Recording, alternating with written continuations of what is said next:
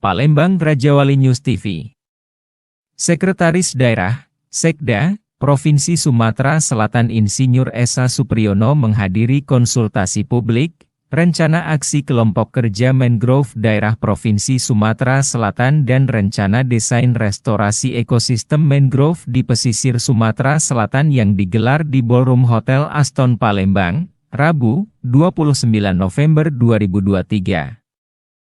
Insinyur Esa Supriyono mengatakan bahwa Hari Yayasan Konservasi Alam Nusantara, YAN, dan Dasmusi sedang menyusun rencana aksi berkaitan dengan program restorasi gambut khususnya yang sekarang ini sedang ditangani di daerah Oki.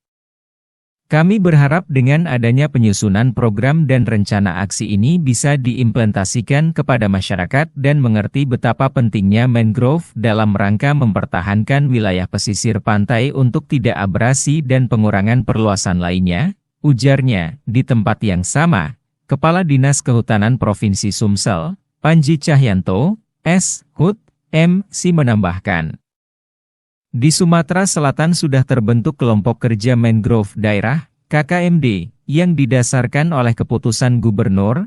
KKMD membuat rencana aksi yang disosialisasikan hari ini.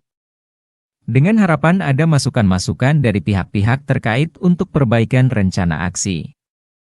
Rencana aksi itu rencana untuk kedepannya, kita mau melaksanakan apa dan di mana, khususnya di ekosistem mangrove di Sumatera Selatan karena kita punya lebih kurang 171.000 liter hutan mangrove sepanjang pantai timur Sumatera mulai dari perbatasan Jambi ada yang bagus, sedang, dan kurang bagus.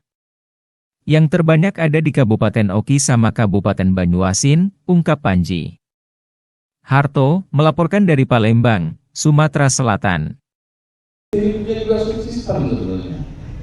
Iya Pak Dokter ya.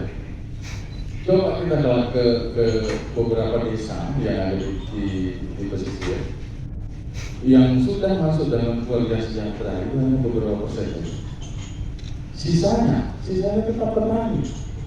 Jadi hutan mangrove di sana habis, rakyatnya tidak sejahtera. Gitu.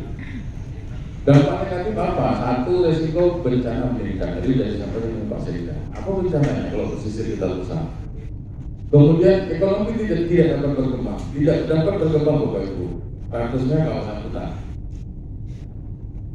Sementara existingnya adalah tanah. Jelas apa yang dilakukan di sana itu ilegal dari aspek hutan. Dari undang-undang perlindungan hutan sudah ilegal.